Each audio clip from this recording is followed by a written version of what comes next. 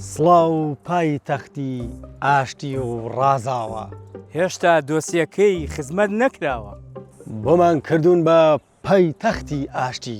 ئەو پایتەختەی کە بێکاری کوشتی سەرماندا ئەگرین بۆ قوربانیانی. قوڕ بەسەر دۆسیەی تاقانەکانی.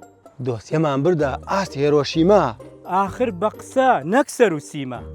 ئێستا شارێکە لەسەر کەوتووەکان. ئەیکوا چیتان کرد بۆ بەرکەوتوەکان؟ جوانتری ئەکەین ناو مەزارەکە. خۆڵکەنە چاوی خەڵکی شارەکە. ئێمە بەم دۆسیە دنیامان تاسان. لە دوای 38 ساڵ هەر نەتان ناسان. ئەخر دۆسیەکە ئیشی وردێوێ. تاکای کۆن هەبێ پەکتان ناکەوێ. سەرانی تاوان نیوەی گیراوە. هەندێکیش خۆتان داڵدەتان داوە. 5,000 گوڵیان هەروە هەڵوەراند. لەو 5,000 خەمێکتان نەخوارد.